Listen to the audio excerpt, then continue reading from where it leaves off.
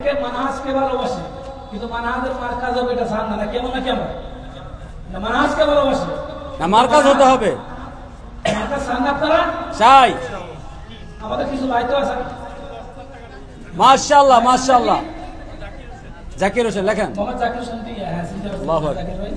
অনেক পরিচিত মুখ আছে, অল্প করেও ঘোষণা দিন, উৎসাহিত হবে।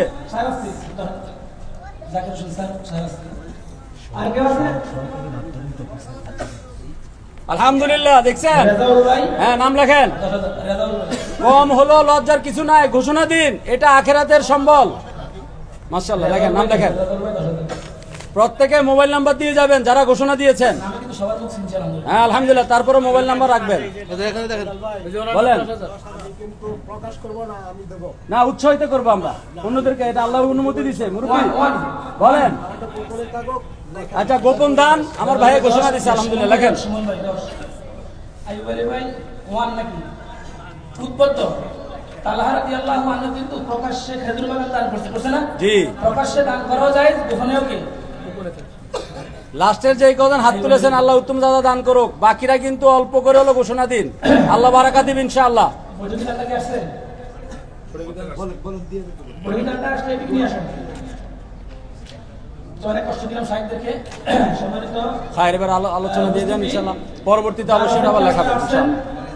আমরা অনেক আনন্দিত যে অধ্যুষিত একটি জনপদ, সিঁড়ি করবে দাঁত নিশ্চিত জনপদ, এখানে এতগুলো লোক আমরা পাবো এটা আমরা কল্পনা করতে পারি নাই। আসলে আপনারা আসছেন দূর থেকে, আপনাদের আসলে মানে পর্যাপ্ত সেবা ব্যবস্থা আমরা করতে পারি নাই। ওয়াশ সংস্থা তেমন উন্নত না, থাকার জায়গা তেমন উন্নত না। আপনারা আসছেন তাওহীদের গানে আসছেন, তাওহীদের আলোতে আসছেন, এটাই দোয়া করি আল্লাহ যেন আপনাদের আগ্রহ আশা দাও আল্লাহ কবুল করে বলে আমি।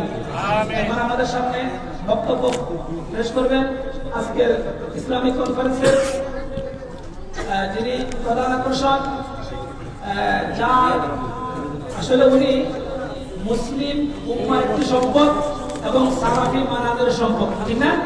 মুসলিম উম্মারও সম্পদ, সালাফি মানহাজেরও কি সম্পদ। মুসলিম উম্মার কেন? নাস্তিকবাদীরা যার কাছে পরাজিত হয় না? সালাফি মানহাজের কেন সম্পদ? কওমিরা তার কাছে পরাজিত হয় না? উভয় সম্পদ। আল্লাহ তার জ্ঞানে হায়াতে বরকত দান করুন, আমিন। বক্তব্য দান করবে সুদূর মুর্শিদাবাদ ভারতের সম্মানিত শায়েখ জনাব ডক্টর রাহুল হোসেন সাহেব।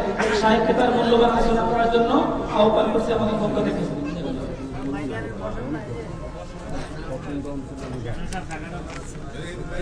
এটা আলাদা করে ওখানে ঘোষণা পরে দিয়ে দিন, একটু গুনে নেন। আসসালামু আলাইকুম ওয়া রাহমাতুল্লাহি ওয়া বারাকাতুহু। ঠিক আছে, সমস্যা নেই, বেশি চলে আসছে।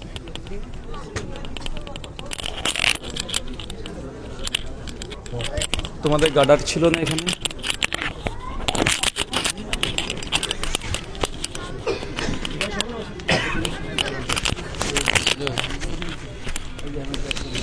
গার্ডার দিলে সুন্দর হয়ে যায়।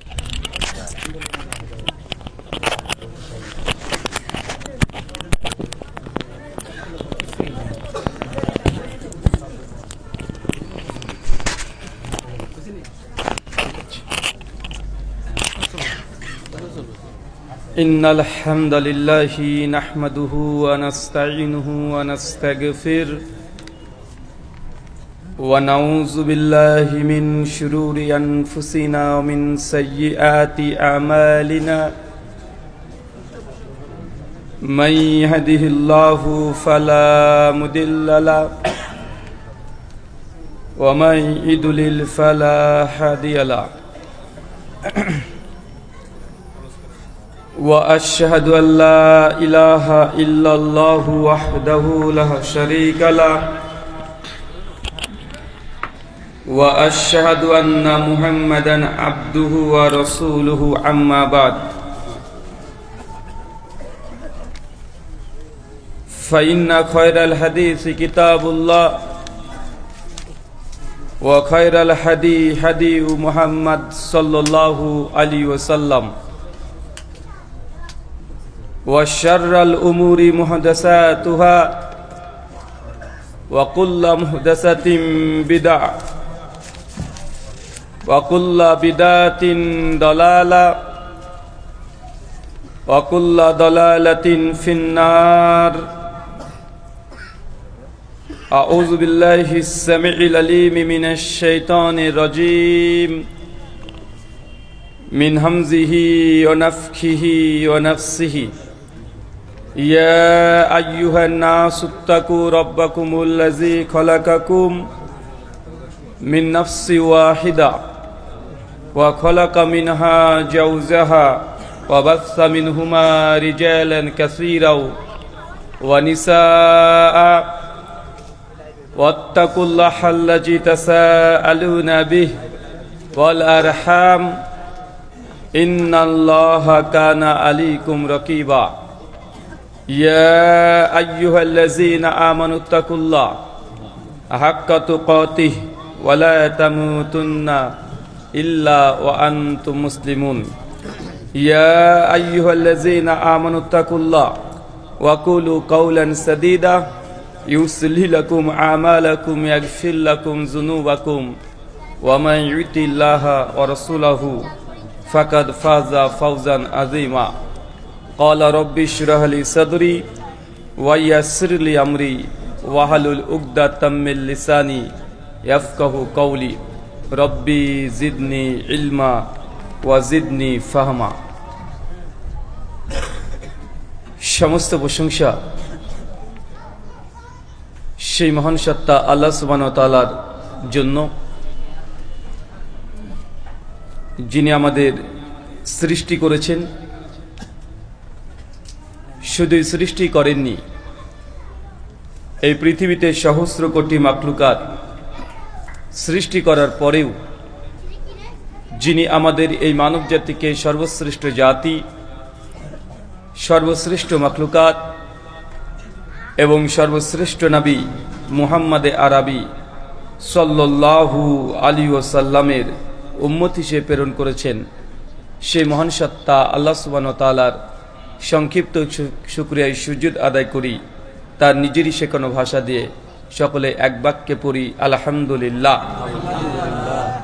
অতঃপর দুরুদ এবং সালাম বর্ষিত হোক মুহাম্মদে আরবি সাল্লাল্লাহু আলাইহি ওয়াসাল্লামের প্রতি। হাজীগঞ্জ আত-তাওহীদ জামি মসজিদ ও ইসলামিক দাওয়াত সেন্টারে বাস্তবায়নে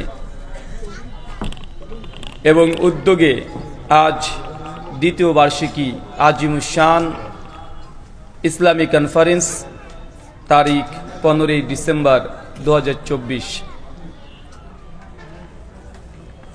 আজকের এই আলোচনা সভাটিকে সফল করার জন্য যারা সার্বিক দিক থেকে সাহায্য এবং সহযোগিতা করেছেন, বিশেষ করে আয়োজনে হাজীগঞ্জ দারুল হাদিস সালাফিয়া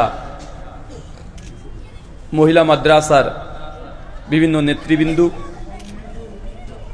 এবং যারা দূর দূরান্ত থেকে এসেছেন আলোচনা শ্রবণের উদ্দেশ্যে, আর কনফারেন্সকে সফল করার জন্য যারা অর্থ, শ্রম, মেধা, দোয়া এবং পরামর্শ দিয়েছেন, আল্লাহ সুবহানাহু ওয়া তাআলা তুমি তাদের প্রত্যেকের নেক নিয়াত এবং নেক আমলগুলোকে কবুল করে নাও, সকলে পড়ি আমিন। মহান সত্তা আল্লাহ সুবহানাহু ওয়া তাআলার কাছে দোয়া, এই প্রার্থনা, আল্লাহ সুবহানাহু ওয়া তাআলা আমরা মানুষ, আমরা কম বেশি ছোট বড় ভুল, ত্রুটি বিচ্যুতি, গুনাহ, পাপ, অন্যায় করে থাকি। আজকের এই আলোচনা সভার ওসিলায় আমাদের পেছনের ছোট ছোট গুনাহগুলোকে তুমি ক্ষমা করে দাও, সকলে পড়ি আমিন। সম্মানিত সুধী, বাদ মাগরিব থেকেই বিভিন্ন আলোচক তারা পবিত্র কোরআনুল কারীম এবং হাদিসে মুবারাকা থেকে অনেক গুরুত্বপূর্ণ আলোচনা আপনাদের সামনে পেশ করেছেন। আজকের এই কনফারেন্সের অন্তিম লগ্নে আপনাদের সামনে উপস্থিত হয়েছি। একটি নির্দিষ্ট বিষয় আমাকে বেঁধে দেওয়া হয়েছে,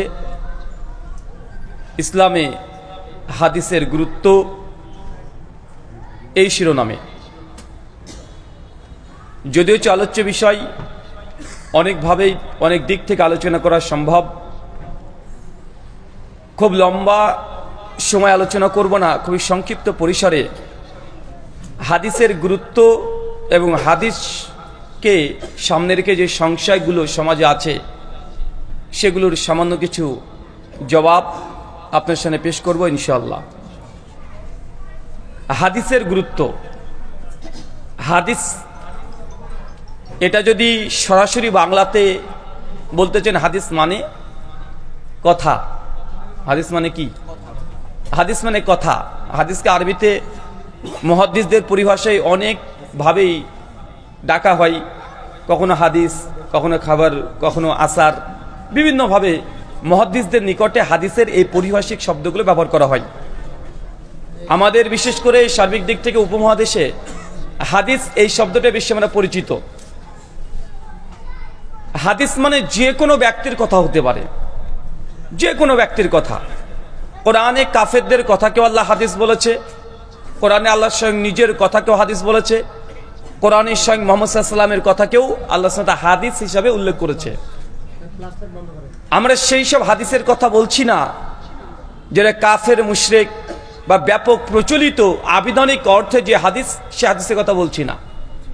যখন আমরা হাদিস এই শব্দটা ব্যবহার করি, তবে শরীয়তের দৃষ্টিকোণ থেকে নির্দিষ্ট একটা জিনিসকে আমরা বোঝানোর চেষ্টা করি। যেমন তালাক মানে বিচ্ছিন্ন করা, আজাদি করে দেওয়া।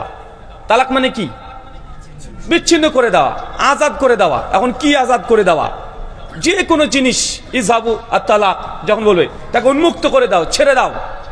এখন যে কোনো ক্ষেত্রে হতে পারে, কিন্তু যখন আমরা শরীয়তের দৃষ্টিকোণ থেকে তালাক শব্দটা ব্যবহার করি, তখন বুঝতে হবে যে একজন স্বামী একজন স্ত্রীর সঙ্গে বিবাহ বিচ্ছিন্নের কথা বলা হচ্ছে। যেমন সালাত, সালাত মানে কি? সালাত মানে দোয়া। সালাতের আবিধানিক অর্থ হচ্ছে দোয়া, কিন্তু আমরা যখন সালাত শব্দটা ব্যবহার করি তখন আমরা কি বোঝাই? নামাজের তাকবীর থেকে সালাম পর্যন্ত যে রুকুন আহকামগুলো আছে কমপ্লিট যখন আপনি করবেন, এটাকে আমরা একটা সালাত বলি। তার যে কোনো জিনিসের একটা আবিধানিক অর্থ আছে আর একটা পারিভাষিক অর্থ আছে। কেন? কারণ আরবি ভাষা আমাদের নবী তিনি প্রথম নিয়ে আসেননি। আমাদের নবী আসার পূর্বেও আরবি ভাষা এটা ছিল। উদাহরণ দিয়ে একটা, বিদআত, এই শব্দ পরিচিত না? বিদআত শব্দ এটাও আল্লাহ নবী যখন নবী না, তার পূর্বে ওই বিদআত শব্দটা আরবি সাহিত্যে, আরবি ভাষাভাষী মানুষরা বিদআত শব্দটা ব্যবহার করত। কি উদ্দেশ্যে? নতুন কোনো জিনিসকে বোঝানোর জন্য। কি বলেন তো? নতুন যে কোনো জিনিসকে বোঝানোর জন্য তারা বিদআত এই শব্দ ব্যবহার করত। এই শব্দ তো ঠিকই থাকে। আল্লাহ নবী যখন তিনি আসলেন দাওয়াত নিয়ে, রিসালাত নিয়ে, তখন এই বিদআত শব্দটা শব্দ ঠিক থাকলো, কিন্তু এর গুণগত মান নবী এসে পরিবর্তন করে দিলেন। সালাত শব্দ ঠিক থাকলো, কিন্তু সালাতের গুণগত মান তিনি পরিবর্তন করে দিলেন। তালাক শব্দ আগেই ছিল, কিন্তু নবী যখন আসলেন শরীয়তের পোশাক পরিধান করে দিয়ে এর ব্যাখ্যা, এর বিশ্লেষণ, এর তাৎপর্য সবগুলোকে পরিবর্তন করে দিলেন। তাই আরবি কোনো শুধু শব্দকে সামনে রেখেই যদি আমরা আলোচনা করি, তাহলে অনেক ক্ষেত্রে আপনি বিভ্রান্ত হয়ে যাবেন। আর বিশেষ করে দেখবেন আহলে কোরআন যারা আছে, যারা মুনকিরে হাদিস, হাদিসকে অস্বীকার করে দেয়, তারা সমস্ত কিছু তারা আবিধানিক অর্থটাকে প্রাধান্য দেয়। তারা হাদিস মানে কথা। এই হাদিস মানে শুধু কথা নয়, এর বিস্তীর্ণ আলোচনা আছে। চলেন তার আগে আপনাদের উদ্দেশ্যে দুটো নসিহা, মনটাকে উদার রেখে। আল্লাহ সুবহানাহু ওয়া তাআলা তিনি বলছেন কোরআনুল কারীম সূরা জুমার সূরা নম্বর 39 আয়াত নম্বর 18, আল্লাযীনা ইয়াসতামিউনাল কল ফায়াত্তাবিউনা হাসানা উলাইকাল্লাযীনা হাদাহুমুল্লাহ ওয়া উলাইকা হুম উলুল আলবাব। বাংলা ভাবার্থ, আল্লাহ বলছেন আল্লাযীনা ইয়াসতামিউনাল কল, যারা মনোযোগ সহকারে কথা শ্রবণ করে। কি বলেন তো? শুনতে পাচ্ছেন আমার কথা? আল্লাহ বলছেন যারা মনোযোগ সহকারে কথা শ্রবণ করে। কথা যখন শ্রবণ করবেন মনোযোগ লাগবে। এখানে মন হৃদয় পড়ে থাকবে শরীরটা, আর মন ব্যবসা করবে, এমনটা যেন না হয়। আল্লাহ বলছেন যারা মনোযোগ সহকারে কথা শ্রবণ করে, আল্লাযীনা ইয়াসতামিউনাল কল ফায়াত্তাবিউনা হাসানা। শুধু শোনা পর্যন্ত ক্ষান্ত নয়, শোনার পর হৃদয়কে উন্মুক্ত রাখতে হবে। এই নিয়াত সবসময় থাকবে, আজকে যে আমি শুনেছি এবং সবচেয়ে উত্তম যেটা আমি সেটাকে গ্রহণ করব। এই গ্রহণ করার মতো হৃদয় থাকতে হবে। যদি গ্রহণ করার মতো হৃদয় না থাকে, আল্লাহ কি বলছেন? উলাইকাল্লাযীনা হাদাহুমুল্লাহ, যাদের এই দুটো গুণ আছে আমি মূলত তাদেরকে হেদায়েত দিয়ে থাকি। মানে আল্লাহ সুবহানাহু ওয়া তাআলা গোটা বিশ্বের মানুষকে হেদায়েত দেবেন এমনটা নয়, আল্লাহ যাকে তাকে ধরে হেদায়েত দিয়ে দেন এমনটা নয়। যাদের হৃদয় থাকবে উন্মুক্ত এবং সব সময় জানার আকাঙ্ক্ষা, জানার আগ্রহ, জানার তৃষ্ণা যাদের মধ্যে আছে, তারাই দেখবেন মূলত হেদায়েত পায় না ভাইজান? কত দেখেন কাফের মুশরিক ইসলামের সমালোচনা করতে গিয়েছে। ইসলামকে সমালোচনা করা মানেও জানা, ও জানতে গিয়েছে নেগেটিভ হোক অথবা পজিটিভ হোক। যখন ইসলামকে ভালোভাবে জানতে গিয়েছে সমালোচনা করার উদ্দেশ্যে, তখনই তার হৃদয়ে আল্লাহ সুবহানাহু ওয়া তাআলা অনেক মানুষ আছে যাদেরকে হেদায়েতের পিয়ালা পান করে দিয়েছেন। অনেকজন ইতিহাসে আছে না, Quran and Bible light of history of science, Maurice Bucaille দীর্ঘদিন ধরে ইসলামের সমালোচনা করার জন্য, ইসলামের ভুল বের করার জন্য ও তৎপর ছিল। যখন ইংরেজি যখন কোরআনুল কারীম পড়েছেন, বেশ কিছু কোরআন থেকে ভুলও বের করে ফেলেছেন। খুব খুশি যে মুসলমানরা বলে লা রাইবা ফি, কোনো সন্দেহ নেই আমি মরিস বুকাইলি একজন বিজ্ঞানী, আমি ভুল ধরতে পেরেছি ইংরেজিতে কোরআন পড়ে। আল্লাহ সুবহানাহু ওয়া তাআলা তাকে হেদায়েত করবেন, তার জন্য তার মাথাতে আল্লাহ অটোমেটিক বুঝিয়ে দিয়েছেন যে ইংলিশ ট্রান্সলেশন পড়ে ভুল হতে পারে। কোরআনের যে মূল আরবি ভাষা, এই আরবি ভাষা যতক্ষণ না তুমি জানছো ততক্ষণ ভুল ধরাটা এটা কোনো যুক্তিবান ব্যক্তির জন্য শোভনীয় নয়। তিনি আরবি ভাষা শিখেছেন, আরবি ভাষা শিখে কোরআনুল কারীমের প্রতি তার এত মহব্বত ভালোবাসা, ইসলাম গ্রহণ করেছেন। কোরআন মাজিদের পক্ষে বৈজ্ঞানিক যে কতগুলো প্রমাণ আছে তার সবগুলো মরিস বুকাইলি তিনি জমা করেছেন। আর বাইবেলে যত ভুল আছে সব ভুলগুলো তিনি আরেক জায়গাতে জমা করেছেন, একটা বই লিখলেন, গোটা বিশ্বের মানুষকে তিনি তাক লাগিয়ে দিলেন। ডাক্তার জাকির নায়েককে চেনেন না ভাইজান? ডক্টর জাকির নায়েকের কোরআন অ্যান্ড মডার্ন সায়েন্স, এই যে একটা ডিবেট আছে উইলিয়াম ক্যাম্বেলের সঙ্গে, আছে না? উইলিয়াম ক্যাম্বেলের সঙ্গে যে ডিবেটটা ডক্টর জাকির নায়েক করেছেন, ওটা তার ব্যক্তিগত নিজের শুধু রিসার্চ নয়, বরং এই কোরআন অ্যান্ড মডার্ন সায়েন্স মরিস বুকাইলির গোটা বইটা তিনি পড়ে ওই বই থেকে 90% তিনি উইলিয়াম ক্যাম্বেলের বক্তব্য জবাব দিয়েছেন। বাইবেলের যে 38টা ভুল, এটা ডক্টর জাকির নায়েক একাই নাই, মরিস বুকাইলি তিনি বাইবেলের ভুলগুলোকে প্রথম ধরেছিলেন। তার মানে বোঝা যাচ্ছে অনেক মানুষ শুধু কোরআন মাজিদকে জানার আগ্রহ থাকলে আল্লাহ হেদায়েত করে দিতে পারেন কি পারেন না? পারেন। কিন্তু কেউ যদি বলে যে না শুনবো না, ওরা আলাদা, ওরা আহলে হাদিস, ওরা লা মাযহাবি, ওরা গায়ের মুকাল্লিদ, আগে থেকে যদি এই কথাগুলো বলে দেয় আর যদি আলোচনা শ্রবণ করতে না আসে, ভাই বলেন তো হেদায়েত পাওয়ার পথ আছে? আল্লাহ তো বলছেন যে না, আল্লাযীনা ইয়াসতামিউনাল কওল, যারা মনোযোগ সহকারে কথা শ্রবণ করে। আল্লাহ চাইলে আবু জাহেল, আবু লাহাব, উদবা, শাইবা, ফিরাউন, নমরুদ, হামান এদেরকে আল্লাহ হেদায়েত করতে পারতেন কি পারতেন না? পারতেন, কিন্তু তাদেরকে করে নাই কেন? তা শুনতেই চায় না, শুনে নাই। নবী যখনই কোরআন মাজিদ পড়েছে, আবু জাহেল তার সঙ্গপাঙ্গকে নিয়ে আটকে রেখে দিয়েছে, খবরদার মুহাম্মদের মজলিসে কেউ যাবে না। কারণ তাদের একটা ভয় ছিল, উনার কাছে যেই যায় সে আর ফিরে আসে না। বর্তমান সমাজের মানুষ আছে না? নাই, আসে না? ওরা বলে যে আহলে হাদিস যারা আছে না, আসলে কথাগুলো ঠিকই বলে, আরে এদের মধ্যে কোনো শিরক পাওয়া যায় না, কোনো বেদাত পাওয়া যায় না। ওরা স্বীকার করে যে আহলে হাদিস এমন একটা মানহাজ, এরা শিরকও করে না, বেদাতও করে না, আমাদের কোনো ভুল ত্রুটি এরা বের করতে পারে না। অবশেষে কি বলে? এরা ইহুদির দালাল, খ্রিস্টানের দালাল। প্রমাণ কি? বুকের পুরো হাত বাঁধে। এমন আছে না? কথা বলেন তো। আমি তার জন্য বলেছিলাম, বুকের পুরো হাত বাঁধলে যদি ইহুদিদের দালাল হয়, তো মুফতি সাহেব আপনার বউ টাটকা ইহুদির দালাল, আপনার স্ত্রী, আপনার মেয়ে সবাই ইহুদির দালাল। কেন বলেন তো? আপনার স্ত্রী, মেয়ে সবাই বুকের পুরো হাত বাঁধে। বাঁধে কি বাঁধে না? কথা বলেন, বাঁধে।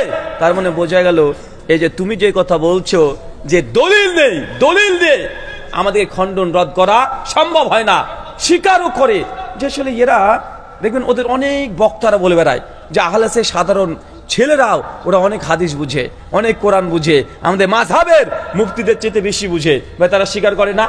স্বীকার করার পরেও তারা একটা গ্রহণ করতে চায় না। এরও কারণ আছে যে কেন গ্রহণ করতে চায় না। আল্লাহ সুবহানাহু ওয়া তাআলা তার জন্য বলছেন, যদি হেদায়েত পেতে চান আল্লাহ যাকে তাকে হেদায়েত করবে না, আপনাকে হৃদয় লাগবে উন্মুক্ত, যে না যেটা হক পাবো সেটা গ্রহণ করব। ওমর ইবনুল খাত্তাব তিনিও আল্লাহর নবীর কাছে চলে গেছিলেন, একজন তরবারি নিয়ে, সনদে দুর্বলতা আছে, তরবারি নিয়ে চলে গেছে, আজকে মুহাম্মদ সাল্লাল্লাহু আলাইহি ওয়াসাল্লামকে শেষ করে দেবো, ভাই যায় নাই। কিন্তু হৃদয় উন্মুক্ত ছিল, হক জানার আগ্রহ ছিল, বোঝার চেষ্টা করেছে, তিনি শুনেছেন তারপর তিনি ইসলামটাকে গ্রহণ করেছে। যারাই ইসলামকে নিয়ে গবেষণা করতে গিয়েছে আল্লাহ তাদেরকে হেদায়েত দিয়েছে, আর যারা গোলামি করেছে যে না যা পেয়েছি যা ছিল ওটাই মানবো, তারা হেদায়েত কোনোদিনই পায়নি। দ্বিতীয় আয়াত আল্লাহ বলছেন আল্লাযীনা ইয়াসতামিউনাল কওল, যারা মনোযোগ সহকারে কথা শ্রবণ করে, ফায়াত্তাবিউনা হাসানা, আর শোনার পরে যেটা উত্তম জিনিস বেছে বেছে ওটাকেই গ্রহণ করে নাই। এখন বলেন তো, আল্লাহ যখন উন্মুক্ত করে দিলেন যেটা উত্তম জিনিস সেটাকে গ্রহণ করে নাই, এখন উত্তম কোনটা? আমি যে কথা বলছি সেগুলো উত্তম কথা? আপনার পীর সাহেব যে কথা বলে সেটা কি উত্তম? আপনার হুজুরে যে কথা বলে সেটা উত্তম? মৌলানা যেটাকে বলছে সেটা উত্তম? না রবীন্দ্রনাথ ঠাকুর, না অ্যালবার্ট আইনস্টাইন? কে কার কথা উত্তম কিভাবে বুঝবেন? আল্লাহ যে বললেন শোনার পরে সবচেয়ে উত্তম জিনিসের অনুসরণ করো, আনুগত্য করো, উত্তম কোনটা? গজল। এটাকে আগে জানতে হবে। এটা যতক্ষণ না জানছেন যে উত্তম কি, আপনাকে আমি বলবো দেখেন সহিহ মুসলিম শরীফে এই হাদিস আছে, আর আপনি তখন জবাব দিয়ে বলেন তোমার মুসলিম শরীফ বাদ দাও, আমার মাওলানা শরীফ এই কথা বলে, আছে না ভাইজান? আমি বলবো হাদিস শরীফ, উনি বলবেন হুজুর শরীফ। আমি বলবো মদিনা শরীফ, উনি বলবেন যে দেওবন্দ শরীফ। এমন আছে না নাই? আমরা যতই নিয়ে যেতে চাই তাদেরকে ইসলামের মূল কেন্দ্রবিন্দু জায়গাতে, তারা ততই পিছু টানে। আল্লাহ এই জন্য বলছে সবচেয়ে উত্তম জিনিসের অনুসরণ করা। উত্তম জিনিস কোনটা?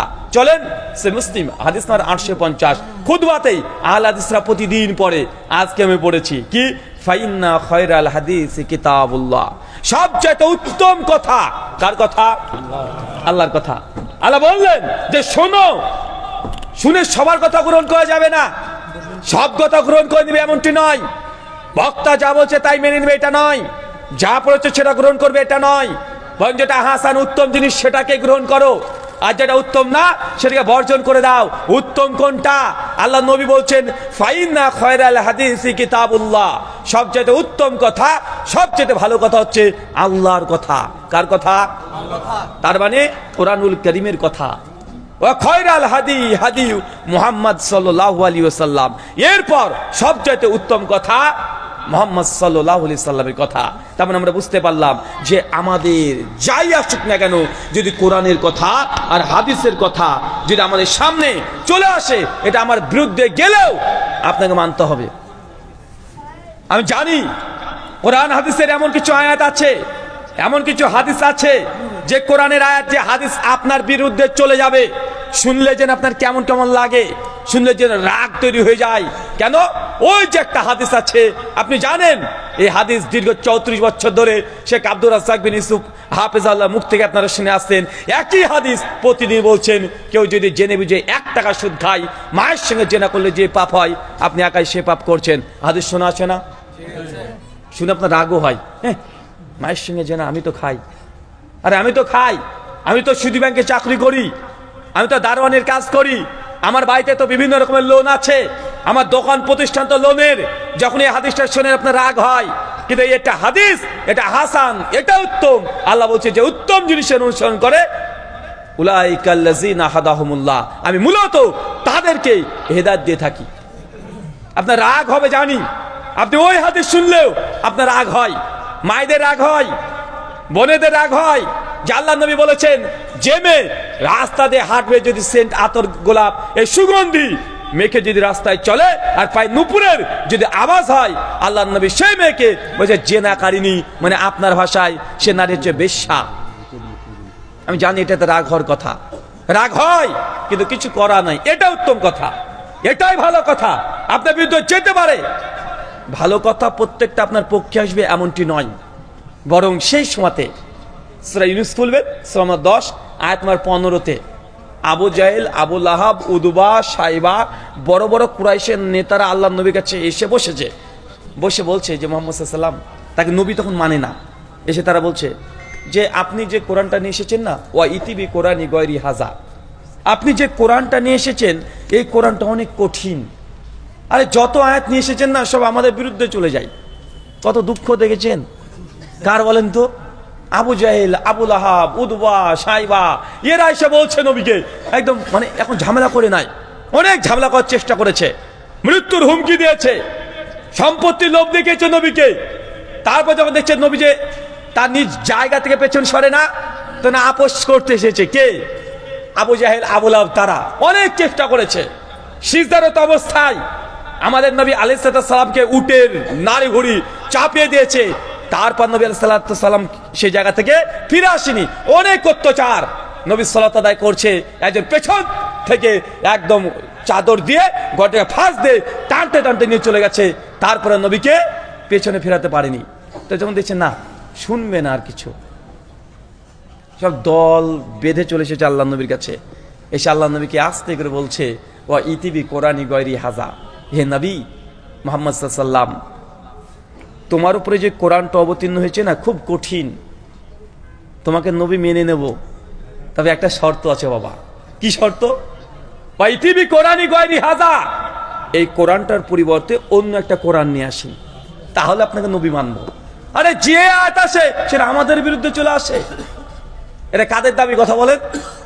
সেই সময় কাফেরদের দাবি। আরে তোমার কোরআনে যে আয়াত আসে সব আমাদের কুরাইশদের বিরুদ্ধে চলে যায়। আরে তোমরা বলো 360 মূর্তি মানা যাবে না, অথচ কাবার চতুর্পাশে 360 মূর্তি দিয়ে আমরা ব্যবসা করে খাই। তারা ব্যবসা করে খেতো না? লাত, মানাত, উজ্জা, এদের মূর্তি দিয়ে তারা লাখ লাখ কোটি কোটি টাকা সেই সময় তারা ব্যবসা করেছে, হজের সময় ব্যবসা করেছে। বলছে যে আয়াত আসে ঘুরে ফিরে একই কথা। কোরআনে যখন সূরাতুল ফাতিহা অবতীর্ণ হচ্ছে, ইয়াকা না'বুদু ওয়া ইয়াকা নাস্তাইন, আল্লাহ আমি তোমার ইবাদত করি, তোমার কাছে সাহায্য চাই, এটা আবু জাহেলের বিরুদ্ধে। এটা কার বিরুদ্ধে আয়াত? এটাও আবু জাহেলের বিরুদ্ধে, আবু লাহাবের বিরুদ্ধে। কেন? আরে পড়ছে ইয়াকা না'বুদু ওয়া ইয়াকা নাস্তাইন, আল্লাহ আমি তোমার ইবাদত করি, তোমার কাছে সাহায্য চাই। যখন মক্কার মানুষটা বুঝতে শুরু করেছে তার মানে হুবল কাজ কলা কিছু করতে পারে না, হুবলকে বাদ দিয়ে দিয়েছে। এত শুনলাম যে লাত মানাত উজ্জা, হুবল এরাই সব ভালো মন্দ করতে পারে, কিন্তু কোরআন বলছে যে তোমারই ইবাদত করতে হবে আর তোমার কাছে সাহায্য চাইতে হবে। তখনই আবু জাহেলের বিরুদ্ধে চলে যায়। বর্তমান মুসলমানদের মধ্যেও যখন ইয়াকা না'বুদু ওয়া ইয়াকা নাস্তাইন এই আয়াতের বাংলা মানে করবেন, এক শ্রেণী মানুষ তখন বলবে, মুখটা কালো করে চলে যায়। কেন জানেন? এই আয়াত বললেই কবরের কাছে কিছু চাওয়া যায় না, মাজার কিছু চাওয়া যায় না, পীর বাবার কাছে ছেলে চাইতে যাওয়া যায় না, তাবিজ পড়ার জন্য রাস্তা রাস্তা ঘুরে বেড়াতে হয় না। সেই সময় কাফেররা এই আয়াত বুঝেছিল।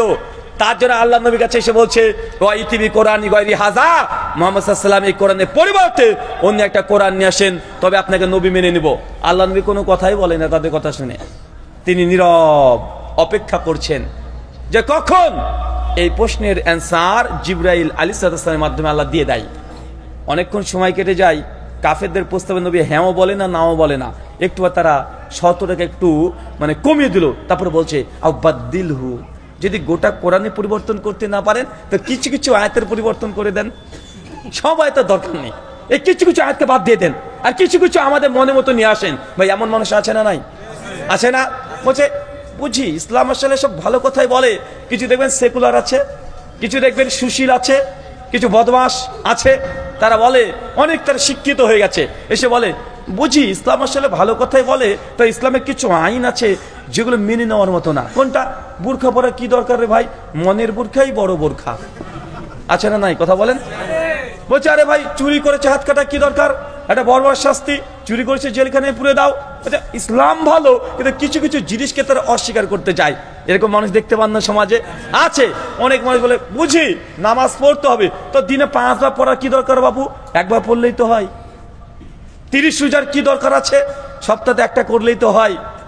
অনেক মানুষ ইসলাম, তার ইসলামে কিছু কিছু আয়াতে পরিবর্তন চায়। তারা চুরি করেছে হাত কাটার দরকার কি, বোরখা পরার দরকার কি, হাজার জেনা করেছে তাকে হত্যা করার দরকার কি, সুদকে হারাম করার দরকার কি, এরকম আছে না নাই কথা বলেন? আরে বিয়ের আগে একটু গার্লফ্রেন্ড বয়ফ্রেন্ড খেলাখেলি খেলেছে, এত ধর্মের হুজুরদের বেঁধে গেল কেন, বলে না ভাইজান? মানে তারা চায় যে না কিছু কিছু আয়াতে যদি পরিবর্তন হয়ে যায় তাহলে আমরা ইসলাম গ্রহণ করে নেব। আল্লাহ নবীর কাছে 1400 বছর আগে সেই সময় কাফের এসে এ দাবি করেছে। আল্লাহ নবী কোনো কথা বলে না, নীরব।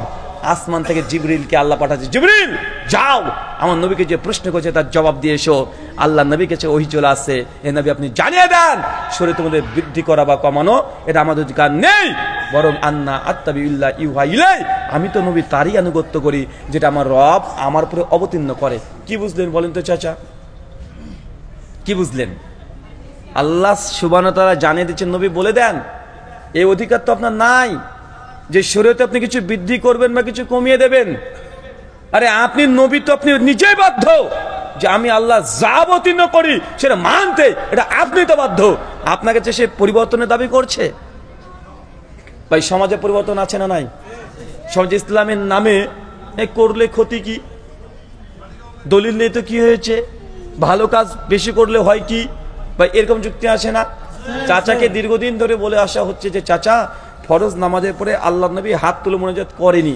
চাচা বলছে বুঝলাম বাপু, অত কোরআন হাদিস বুঝি না, বুঝেছি তোমার কথা, তারপর ধরে নিলাম যে নামাজের পরে সম্মিলিত মোনাজাত কোরআন হাদিসের কোনো দলিল নেই। তো বাবা হাত তুলে আল্লাহর কাছে তো দোয়া চেয়েছি, দরগার কাছে তো আমরা আল্লাহরা যাই না, আল্লাহর কাছে চেয়েছি, খারাপ কি দেখলে? এটা মানে খুব কষ্ট নিয়ে বলে, এমন কিছু চাচা আছে না? খুব কষ্ট পায়, আমি জানি চাচা কষ্ট লাগে। আবার একজন বলছে আরে আল্লাহর কাছে তো হাত তুলেছি, পা তো আর তুলিনি, হাত তুলে তো চেয়েছি। এই দুয়াও তুলে দিল এরা সমাজ থেকে, নতুন নতুন হুজুরা আসছে নামাজে পরে দুয়াই তুলে দিল, কত দুঃখ। ভাই এমন মানুষ আছে না সমাজে? মানুষ আছে, কেন মানুষ তার নিজের আবেগটাকে কাজে লাগিয়েছে এখানে, যে শরীয়ত যে পালন করতে হয় কোরআন এবং হাদিস ভিত্তিক, এর মধ্যে নিজের পরিবর্ধন করা যায় না। মানুষ এখন নিজে বুঝতে পারেনি, মানুষ মনে করছে ভালো জিনিস যত ইচ্ছা তত করা যায়, আর নামাজই তো, নামাজ তো ভালো কাজ, যত ইচ্ছা তত পড়া যায়। এই তো মানুষকে দেখা যায় রমজান মাসে 27 রমজানে দেখবেন একদম লাইট টাইট করে রান্না বান্না প্রস্তুত করছে, আর কিছু মানুষ 2 রাকাত করে 1000 রাকাত নামাজ পড়ছে। আছে না ভাইজান? ও ভাবছে যত নামাজ পড়বো, মানে যত সিজদা দেব তত আল্লাহর ওলি হয়ে যাব। ও ভাবছে যে যত রাকাত নামাজ বেশি পড়বে তত আল্লাহর ওলি। এমন সমাজে আছে না ভাইজান? কিন্তু মানুষ এতটুকু বুঝতে পারেনি যে না, শরীয়ত এমনটা নয়, নামাজ বেশি পড়লেই আপনি আল্লাহর ওলি হয়ে যাবেন, ব্যাপারটা এমন নয়। চলেন আপনার একটা ছোট্ট মিসাল উদাহরণ দিই, কারণ আপনার কোরআন হাদিসের চাইতে উদাহরণটা বেশি পছন্দ করেন। চাচা প্রতিদিন ফরজ নামাজ আমরা কত রাকাত পড়ি? আরো জোরে বলেন। 17 রাকাত পড়ি না? আচ্ছা 17 রাকাত পড়ি। আচ্ছা 17 রাকাত কি প্রতিদিন পড়ি? জুমার দিন গতকালকে কি বার ছিল? সরি, জুমার দিন পরশুদিন ছিল। জুমার দিন কত রাকাত পড়েছেন? হ্যাঁ দেখেন চাচা, জুমার দিন 15 রাকাত পড়েছি না? ফরজ 15 রাকাত না? জোহর হচ্ছে 4 রাকাত ফরজ, জুমার দিন কয় রাকাত ফরজ? 2 রাকাত ফরজ। এখন আমি যদি এসে বলি, বা আপনার কোনো পীর সাহেব 22 হাত পাগড়ি পরে আর 26 হাত জুব্বা পরে এসে যদি বলে বাবা রে আজ থেকে আমরা জুমার নামাজ 4 রাকাত পড়বো, তার পেছনে নামাজ পড়বেন? কেন পড়বেন না চাচা? কেন? নামাজ পড়া ভালো কাজ না? নামাজ পড়া ভালো কাজ না? তো ভালো কাজ, 4 রাকাত জুমা বললে ক্ষতি কি? কথা বলেন। নামাজ পড়া ভালো কাজ না? তো ভালো কাজ, 4 রাকাত পড়বেন। প্রতিদিন জোহর তো 4 রাকাতই পড়েন, বেশি তো পড়ছেন না। জোহর 4 রাকাত পড়েন, জুমার দিনে 4 রাকাত পড়বেন, ক্ষতি কি? আচ্ছা জুমার দিন কিরাত আমরা জোরে জোরে করছি না? দিনের নামাজ জোরে জোরে কিরাত করছি, একটু আসরের নামাজ একটু কিরাত জোরে করবেন, ক্ষতি কি? কেউ করবেন? কথা বলেন। ইমাম সাহেব যদি জুমার দিনেই আসরের নামাজে কিরাত 6 শব্দে করে, আপনারা মুসল্লিরা কি করবেন? লুকমা দেবেন না? অমনি লুকমা চালিয়ে দিবেন। কেন রে ভাই? কিরাত কি, কোরআন কি জোরে জোরে পাঠ করা কি গুনাহ, পাপ? তো জোরে পড়েছে, লুকমা দিবেন কেন? ভালো কাজ, ভালো কাজ নয়? ভালো কাজ। তো কেউ যদি জুমার নামাজ 4 রাকাত পড়ে, তার পেছনে নামাজ পড়বেন? কেন পড়বেন না? কারণ দেখেন আমাকে, কেন পড়বেন না? কে বলল রাসূল প্রতিদিন জোহরের নামাজ 4 রাকাত পড়েছে? 4 রাকাতের দলিল তো আছে। হ্যাঁ ভাই, জুমা বাদ দেন, নবী নামাজ তো 4 রাকাত পড়েছে না? 4 রাকাত তো পড়েছে, তো জুমার দিন 4 রাকাত পড়লে ক্ষতি কি? আচ্ছা 4 রাকাতে জুমা পড়া যাবে না, তার দলিলটা দেন। পড়া যাবে না, আমি 4 রাকাত পড়বো, 4 রাকাত জুমার নামাজ পড়া যাবে না, এর দলিল দেন আমাকে। হ্যাঁ তো চাচা আপনার কোন লজ্জাতে আপনি বলেন যে ফরজ নামাজে পরে মুনাজাত করা যাবে না, নবী নিষেধ করেছে? দলিলটা কোথায়? দলিল দাও ভাই। কিছু মানুষ চায় না, কিছু বাংলাদেশি আলেমরা বলছে আরে নামাজে পরে যে সমৃদ্ধ মুনাজাত করা যাবে না, না যাবে না, এই যাবে না দলিল দাও। তো ভাই যাবে না দলিল হয় নাকি রে ভাই? আমি যদি বলি 4 রাকাত জুমা পড়বো এখন, তো 4 রাকাত জুমা যে পড়া যাবে না তার দলিল দাও। গোটা পৃথিবীর যত হাদিস আছে আসমান জমিন থেকে নিয়ে এসেও যে চেষ্টা করে পড়া যাবে না, এর দলিল বের করতে পারবে? কেন পারবে না? কারণ এটা তো আমার ফ্যাক্টরিতে তৈরি করা। নবী বলবে কিভাবে এটা আমার ফ্যাক্টরিতে তৈরি করে না?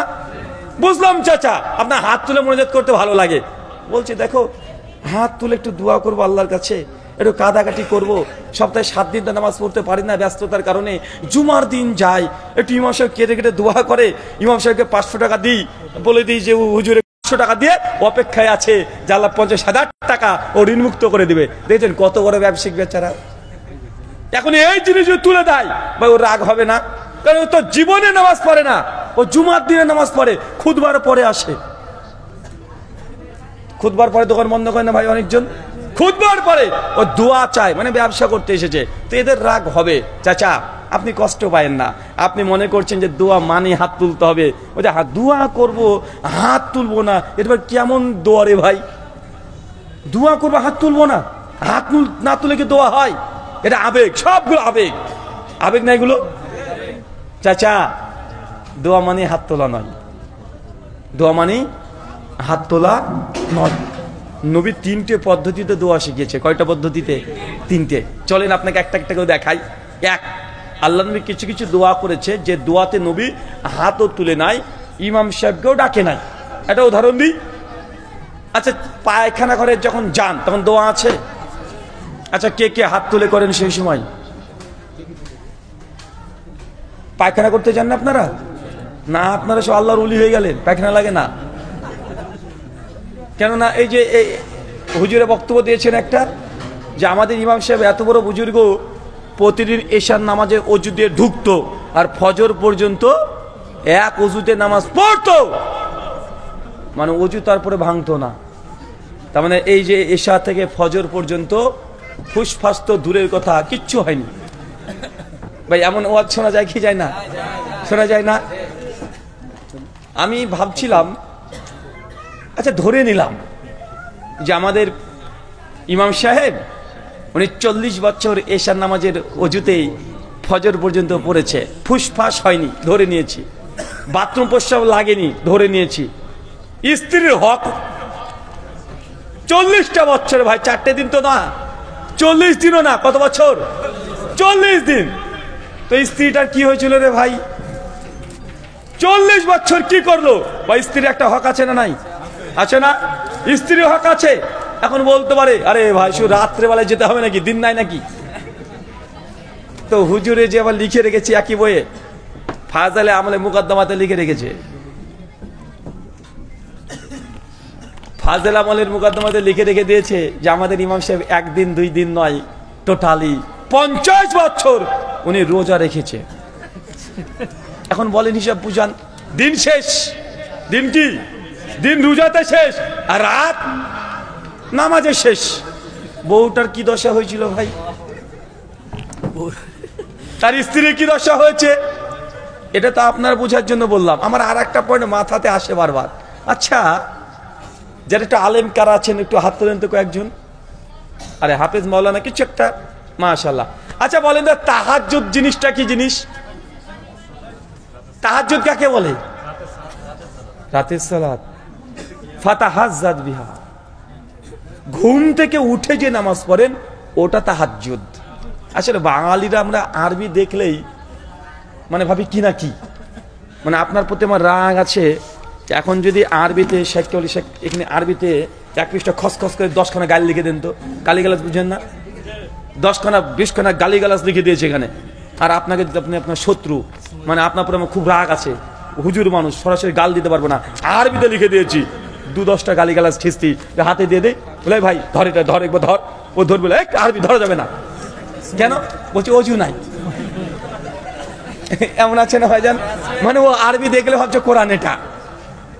আর যদি সকালবেলায় যদি দেখে যে রাস্তাতে কোনো আরবি পড়ে আছে কাগজে, ও সঙ্গে সঙ্গে ভাববে মনে করে ফেরেশতা বরকতের দোয়া লিখে দিয়ে গেছে, সঙ্গে সঙ্গে তুলে চুমু টুমু খেয়ে 4 ভাঁজ করে একদম ডাইরেক্ট বুক পকেটে ও লুকিয়ে রাখবে এইভাবে এইভাবে, এবার হাতকে চেপে ধরবে না পালিয়ে যায়, মানে পেছনে ও রাখবে না, কেন ওটা পাছা। মানে বাঙালির আরবিতে ভক্তি আছে, আলহামদুলিল্লাহ, ভক্তি থাকা ভালো, কিন্তু অতি ভক্তি বা চোরের লক্ষণ। মানে বেশি ভক্তি দেখানো আবার ভালো না। মানে আমাদের এই বাঙালিদের অনেক প্রবলেম আছে, মানে হুজুরদের মুখে একটু 2-4টা আরবি শুনলে ভাবে কি না কি রে বাবা, কত বড় আল্লাহর ওলি, কি যে একটা বললো, কি বললো ও নিজেও বুঝে না। হুজুর বলছে নামাজ শেষে রব্বানা জালামনা আনফুসানা, বাংলা মানে আল্লাহ অনেক গুনাহ করেছে, আল্লাহ অনেক পাপ করেছে, আল্লাহ আল্লাহ তুমি ক্ষমা করো। কে বলছে বলেন তো? হুজুরে। মুসল্লি বলছে আমিন, আল্লাহ তুমি কবুল করো, হুজুর গুনাহগার পাপিষ্ট, পাপ ক্ষমা করো। কথা বুঝতে না ভাইজান? হুজুরের পরে বলছে, হুজুরে দেখেছে বাড়িতে বউ দেখেছে খুব ঝামেলা করেছে, তোমার হুজুরগিরি তোমার ছোটাচ্ছি, দাঁড়াও, কোনো কাজ নেই, শুধু হুজুরগিরি করে সংসার চলবে, দ্রুত বাড়িতে আমার ফ্রিজ লাগবে, কোথা থেকে পাবা আমার জানা নাই। হুজুরও টেনশনে আছে, নামাজ টামাজ শেষ করে মসজিদে গিয়ে এখন দোয়া করছে, রব্বানা আতিনা ফিদ দুনিয়া হাসানাতাও, বাংলা মানে আল্লাহ তুমি আমাকে দুনিয়ায় যা আছে সব দাও, মানে মাথায় আছে ওই যে ফ্রিজ লাগবে, হুজুর ওই দোয়া করছে রব্বানা আতিনা ফিদ দুনিয়া হাসানাতাও, আর মুসল্লি বলছে আমিন, আল্লাহ তুমি কবুল করো, হুজুরকে গাড়ি বাড়ি সব দাও। এখন আপনি কি নিলেন ভাই? আপনি কি নিলেন? মানে আমাদের বাঙালিদের এই প্রবলেমটা খুব বেশি আছে, মানে ভুল যেটা ও বুঝেন না এটা ভুল। চাচা ওই যে মাঠ ক্ষেত খামারে ছোটবেলাতে শুনেছি ওই যে সাপে দুধ খায় না গরুর, হ্যাঁ? আরে বলেন না রে ভাই, ওই যে ডাঢ়াস একটা সাপ আছে না, মাঠে যখন গরু বাঁধা থাকে সেই সময়তে সাপে গিয়ে দুধটাকে খেয়ে চলে আসে। সিনেমাতেও তো দেখা যায়, ওই যে বিন বাজায় আর সাপ ক্যালবাল ক্যালবাল করে চলে যায়, দুধ দিলে দুধ খায়, আবার মানুষ একেরা হাত উপরে তোলে সাপ হয়ে যায়, সিনেমাতে দেখা যায় না? আচ্ছা, আমরা তো বাঙালি,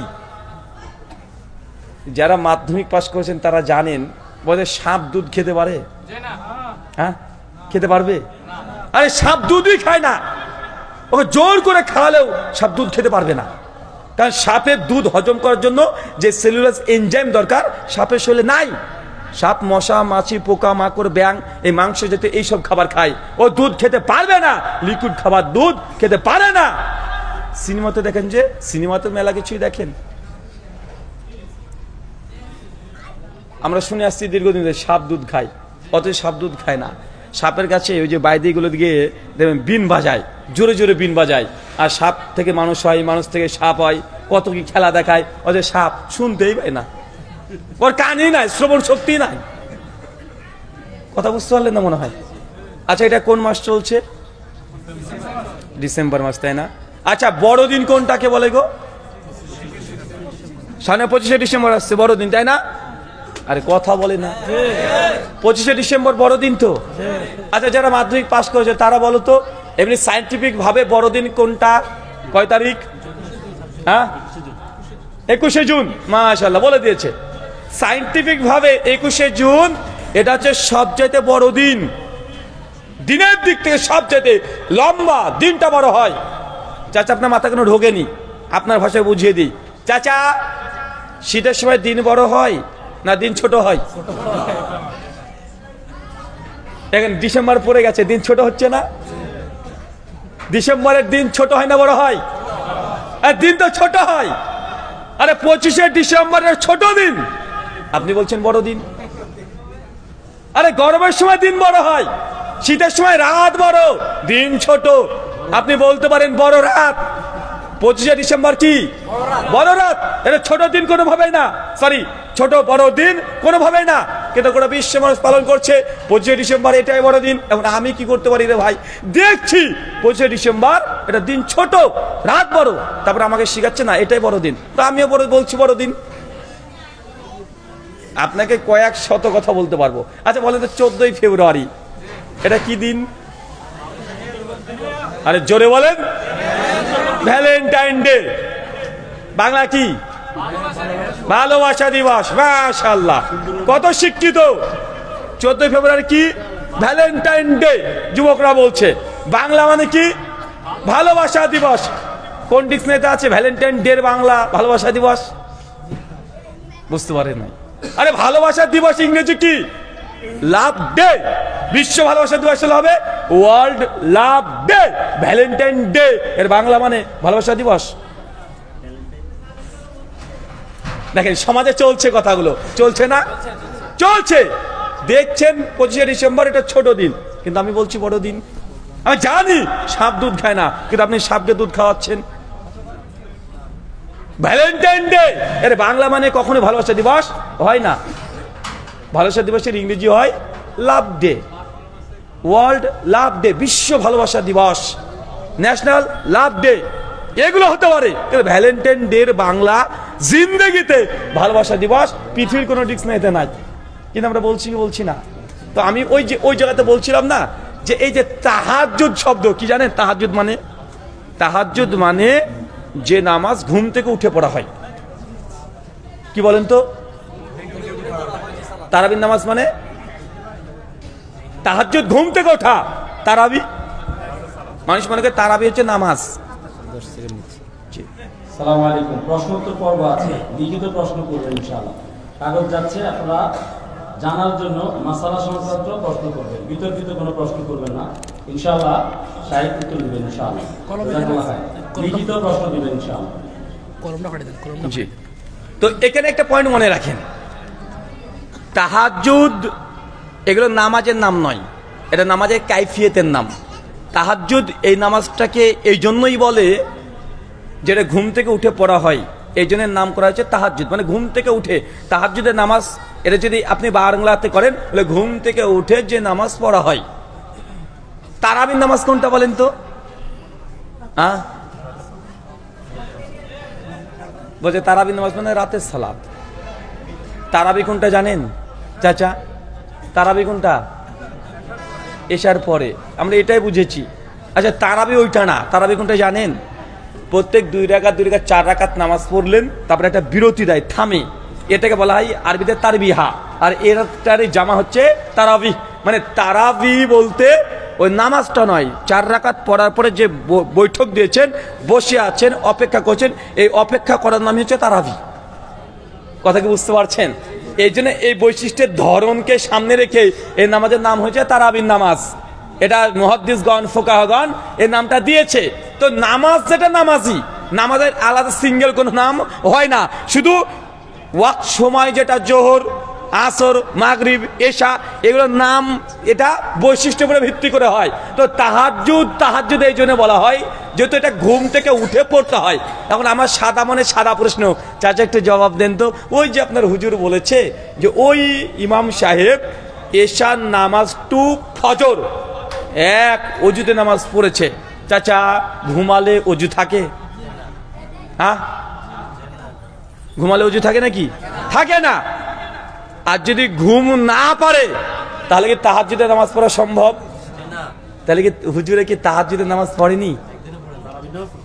হ্যাঁ, তাহাজ্জুদের নামাজ পড়েছে। আরে তাহাজ্জুদের নামাজ পড়তে হলে তো ঘুম পড়তে হবে, ঘুম থেকে উঠে পড়তে হবে। এখন আপনি যদি বলেন না না হুজুর তাহাজ্জুদ পড়েছে, তাহলে হুজুরের অজু ছিল না, তাহলে ঘুমাতে হয়েছে। এখন দেখেন সমাজে বুজুর্গদের, পীর সাহেবদের, ইমাম সাহেবদের বুজুর্গি বয়ান করতে গিয়ে তাদের অজু টুকাতে গিয়ে তাহাজ্জুদ মাইনাস। অজু টুকাতে অজুর ফজর দেখাচ্ছে 40 বছর। তো বেটা 40 বছর যদি রাতে যদি নাই ঘুমায় তো তাহাজ্জুদ তো পড়তে পারবে না, কারণ তাহাজ্জুদের জন্য ঘুম শর্ত। আর যদি বলেন যে না তাহাজ্জুদ পড়েছে, তাই ধরে নিতে হবে তোর ঘটনা মিথ্যা, কারণ তাহাজ্জুদ পড়তে হলে ঘুম দরকার আছে, তিনি ঘুমাননি। আল্লাহ সুবহানাহু ওয়া তাআলা তৌফিক দান করে, আমিন। সমাজে শুধু আপনাকে এই কথাগুলো বলার উদ্দেশ্য এটা যে সমাজে অনেক কিছু মানুষ আবেগে চলছে। কিসে চলছে বলেন তো? আবেগে ভুল জানছে, তারপরে ভুলটাকে ঠিক বলছে। যেন আপনিও কালকে 25শে ডিসেম্বরকে বড়দিন বলবেন, কিছু করার নাই, আপনি নিজে বলবেন, দেখতে পাচ্ছেন, ডাইরেক্ট দেখতে পাচ্ছেন, তারপরে বড়দিন বলবেন। গোটা বিশ্বের মানুষ বলছে, আপনাকে কয়েক শত ধন দেওয়া যায়, যেগুলো দেখছে আমরা ভুল, তারপরে আমরা ভুলগুলোই চর্চা করছি। চাচা আপনি 2 হাত তুলে দোয়া করবেন, আপনি মনে করছেন যে না আরে হাত দোয়া না, মানে হাত না তুলে দোয়া হলো না। তো চাচা বাথরুম ঘরে ঢোকার দোয়া আছে না নাই? আপনারা কেউ হাত তুলে করেন? কেন? বাথরুম থেকে বের হওয়ার দোয়া আছে চাচা?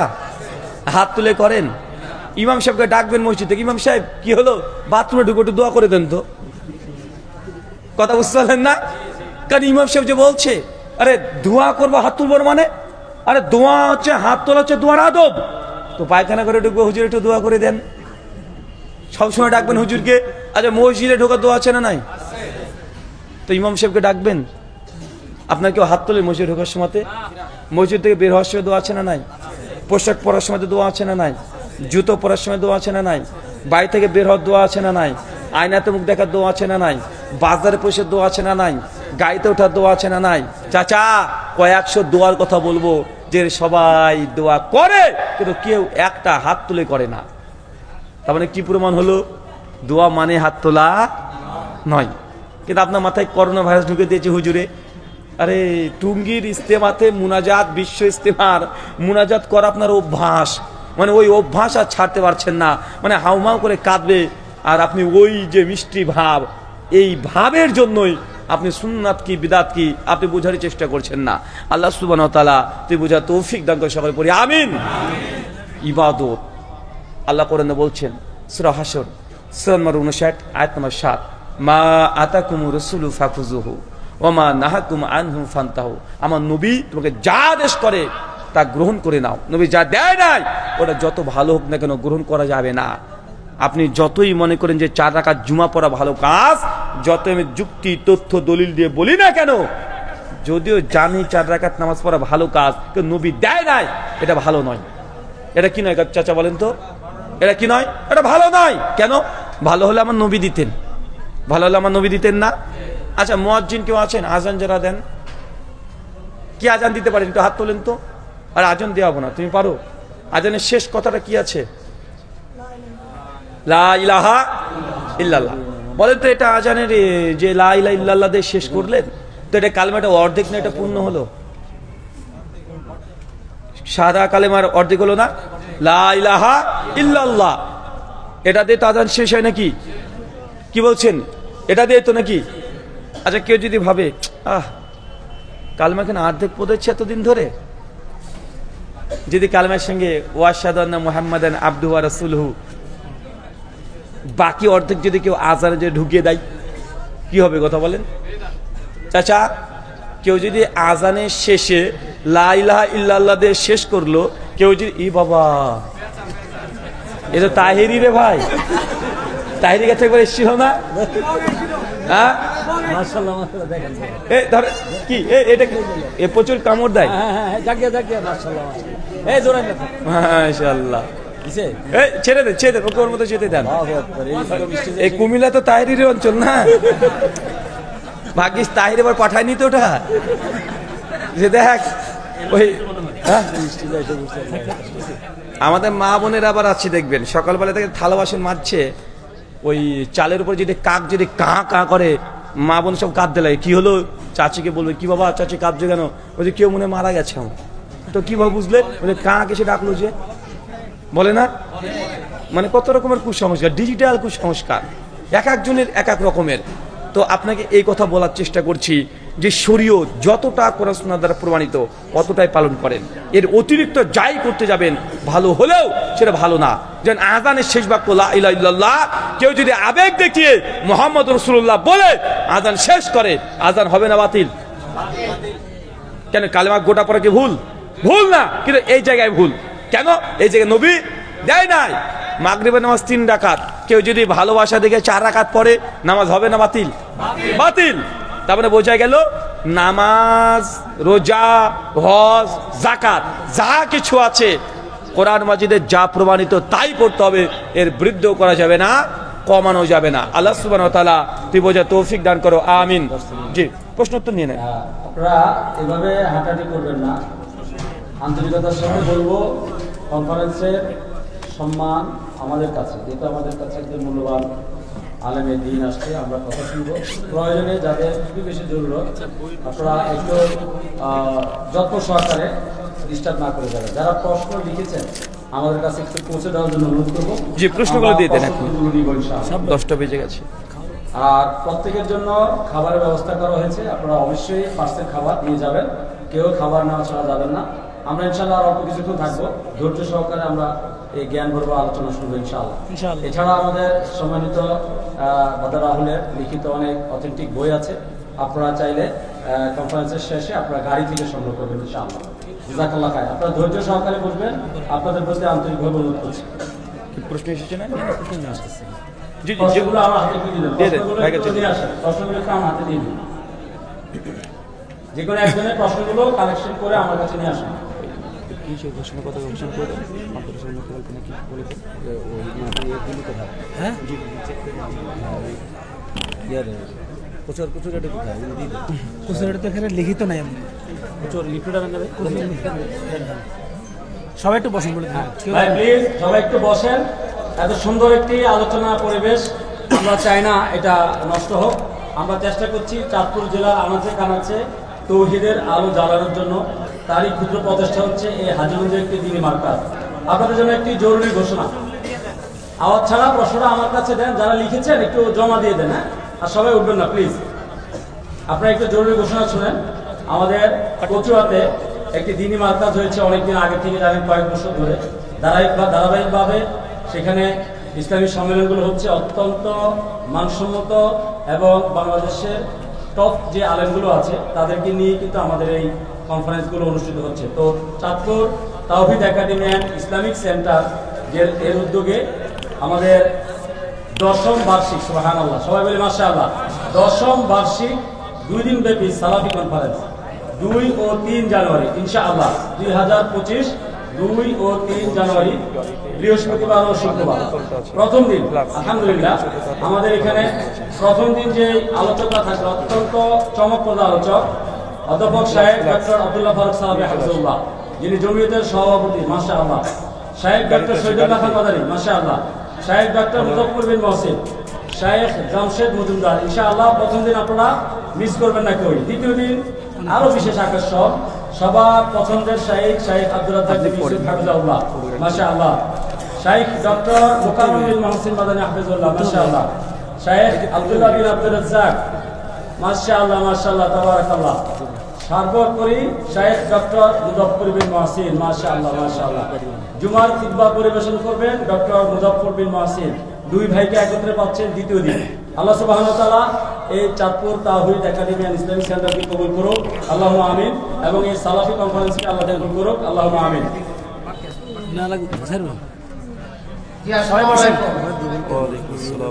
আমাদের এখানে আরেকজন গুণীজন বক্তা আছে, সারা বাংলাদেশ সবাই ছিলেন, তিনি হচ্ছেন সাইয়েদ ডক্টর কামাল উদ্দিন জাফরি সাহেব।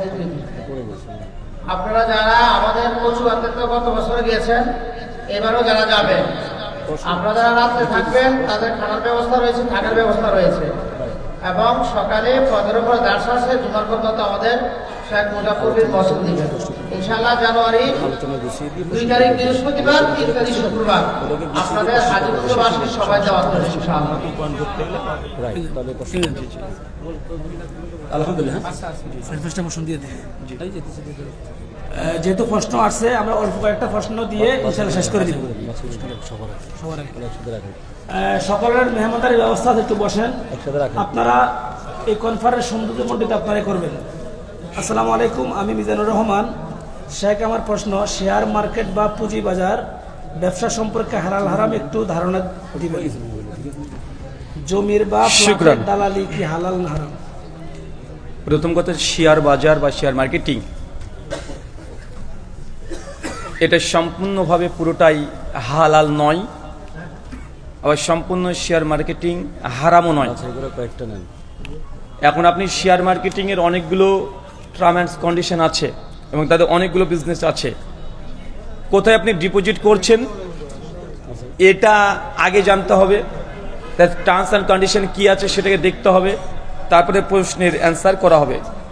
ডাইরেক্ট শেয়ার বাজার হালাল অথবা হারাম ফতোয়া দেওয়া যাবে না, কেন অনেক অংশ আছে শেয়ার মার্কেটের, অনেকগুলো আছে হালাল বৈধ পন্থায়, আবার অনেকগুলো আছে হারাম। তাই আগে না জেনে বলতে পারবো না। সূরা আন-নিসা 36 আল্লাহ জানিয়েছেন, ওয়ালা তাকফু লাইসা লাকা বিহি মিন ইলম ইন্নাস সামাআ ওয়াল বাসারা ওয়াল ফুআদা কুল্লু উলাইকা কানা আনহু মাসউলা। যে বিষয় তোমার জানা নেই কমপ্লিট না জেনে সে বিষয়ে তুমি কথা বলো না।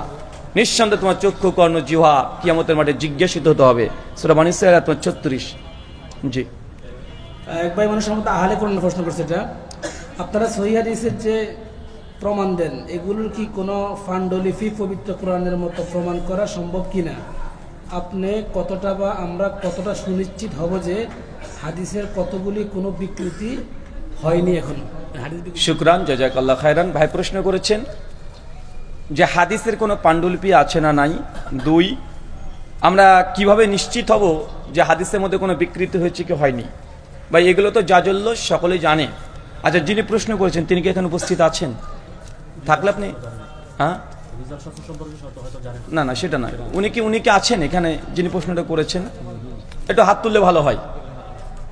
মানে এই প্রশ্নটা যে করছে ওই ভাই কি আছে এখানে? কোনো সমস্যা থাকতে ভাই পারে? কোনো সমস্যা নেই ভাই, আমরাই মাজলুম রে ভাই, আমরাই মাজলুম, তোমার কোনো টেনশন নাই। কে আছেন কি কি ফেরেশতা এসে প্রশ্ন করে দিয়েছে নাকি? প্রশ্ন এসেছে মানে মানুষ তো আছে নাকি? হ্যাঁ না, ফেরেশতারা দিয়ে গেছে। ভাই কে রে ভাই, একটু হাত তোল বাপ। দেখেন হাত আমি এই জন্য তুলতে বলছি, আপনি এমন ভাবে উঠলেন যে আপনিই বা মানে, কারণ আমি একটা অ্যান্সার দিয়ে দিব, কারণ আমার অ্যান্সারে সে যদি সন্তুষ্ট না হয় তার মনের মধ্যে 4টা তৃতীয় একটা প্রশ্ন যে আমি একটা জবাব দিলাম, উনি ভাবছে যে এটা জবাব আছে আমার কাছে, ভাবতে পারে কি পারে না? কথা বলে পারে। তো আমি চাই তার মধ্যে যে ভুল ধারণা আছে সেটা পূর্ণভাবে যেন সমাধান হয়ে যায়, তার মধ্যে যেন কোনো সংশয় না থাকে।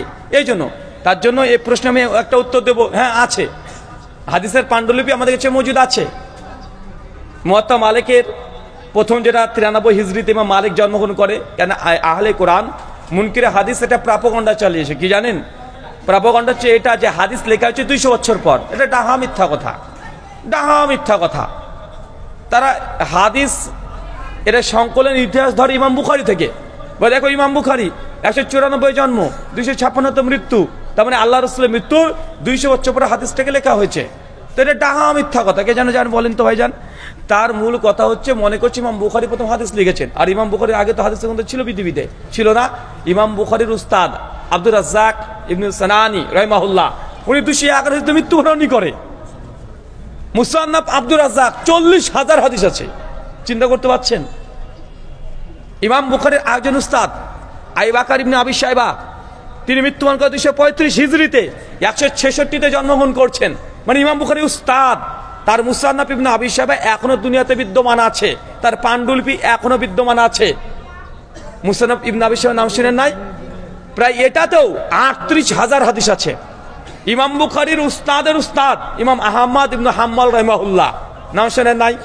4 ইমামের একজন ইমাম, তার বিখ্যাত গ্রন্থ মুসনাদ আহমদ, হাদিস জগতে এনসাইক্লোপিডিয়া বলা হয়, তার পাণ্ডুলিপি আছে প্রায় 40,000-এর অধিক হাদিস আছে। তাই এই কথা এটা অপপ্রচার, ডাহা মিথ্যা কথা যে হাদিস লেখা হয়েছে 200 হিজরিতে। ইমাম বুখারী দিয়ে তারা গণনা শুরু করছে, ইমাম বুখারী থেকে গণনা শুরু করা একদম মানে কঠিন পাগলের কাজ। কারণ ইমাম বুখারী উস্তাদরা হাদিস রচনা করেছে। ইমাম আহমেদ বিন হাম্বলের উস্তাদের নাম কি? যদি চেন অফ ন্যারেশন দিতে যায়, ইমাম বুখারী তার উস্তাদ আলী বিন মাদিনী, তার হাদিসের গ্রন্থ আছে, তার হাদিসের গ্রন্থ মুসনাদ আলী ইবনে জাদ মজুদ আছে দুনিয়াতে। আলী ইবনে জাদের ইসহাক বিন রাহিয়ার হাদিসের গ্রন্থ, ইসহাক বিন রাহিয়া মুসনাদ ইসহাক বিন রাহিয়া হাদিসের গ্রন্থ এখনো দুনিয়াতে বিদ্যমান আছে। এবার যদি প্রত্যেকটা যদি প্রজন্ম আপনাকে দেখাতে যায়, ইমাম বুখারী থেকে নয়। আর ইমাম মালিকের কথা বলেন না, 93 হিজরিতে জন্মগ্রহণ করেছে। কত হিজরি? কত হিজরি? 93। সাহাবীদের জামানে কত হিজরি বলতো? 110 হিজরি। কত হিজরি? 110 হিজরি। তো হাদিসের যদি গণনা করতে হয় তাহলে নবী থেকে নয়, সাহাবী থেকে করতে হবে। কি থেকে করতে হবে? সাহাবী থেকে। তো সাহাবীরা 110 হিজরি পর্যন্ত ছিল। দেন যা আনাস বিন মালিক থেকে শুরু করে আরো অনেকেই 93 হিজরি পর্যন্ত তিনি জীবিত ছিলেন। আবু তুফাইল 107 মৃত্যুবরণ করে, এগুলো নবীর সাহাবী। তাই ভাই এই অ্যান্সার যদি চান আমি অ্যান্সার দিয়ে দিলাম, কিন্তু আপনি যদি স্যাটিসফাইড না হন তার জন্য বলেছিলাম যদি আপনি সঙ্গে থাকেন, সামনে থাকেন, আপনি প্রশ্ন করতে পারেন। কারণ এই যে স্ট্যান্ডার্ড প্রশ্নের যে হাদিসের মধ্যে বিকৃত হয়েছে কি হয় নাই, অবশ্যই হয়েছে। কেন হাদিসের মধ্যে বিকৃত হবে না? হয়েছে। হাদিসের মধ্যে সহিহ আছে, হাদিসের মধ্যে জাল আছে, এই জন্য তো মুহাদ্দিসগণ বলে দিয়েছে এ হাদিস সহি, এটা জাল, বলেছে না ভাইজান? তাই কোনো জিনিসের মধ্যে সহি, কোনো জিনিসের মধ্যে জয়ীব, জাল এসেছে বলে গোটা শাস্ত্রটাই জাল, এ দাবি করা একটা অযৌক্তিক। এটা অযৌক্তিক না ভাই? তওরাত, জবর, ইনজিল, এই তিনটে আসমানি গ্রন্থ, এটা কি মধ্যে তারা বিকৃত করেছে, বিকৃত করে নাই? তার মানে কি সেটা কি তৌহিদ মজুদ ছিল না? ছিল না? ছিল। আল্লাহ নবী স্বয়ং তওরাতকে নিয়ে তিনি মাথাতে রেখেছেন, চুম্বন করেছেন। সুনান আবু দাউদ 4603 নম্বর হাদিস বিভিন্ন জায়গাতে পাওয়া যায়। তাই অ্যান্সার দিলে আমাদের দেওয়া যায়, কিন্তু আপনি কতটুকু সন্তুষ্ট হবেন এই জন্য বলছি, শেষ পর্যন্ত যদি আপনি এখানে থাকেন আপনি বলতে পারেন, এরপর আপনার প্রশ্ন আছে। শুকরান। আর একটা দুটো প্রশ্ন নেবেন সবার, সবাই করে বসেন। বিবাহ সমর্থন না থাকলে করণীয় কি?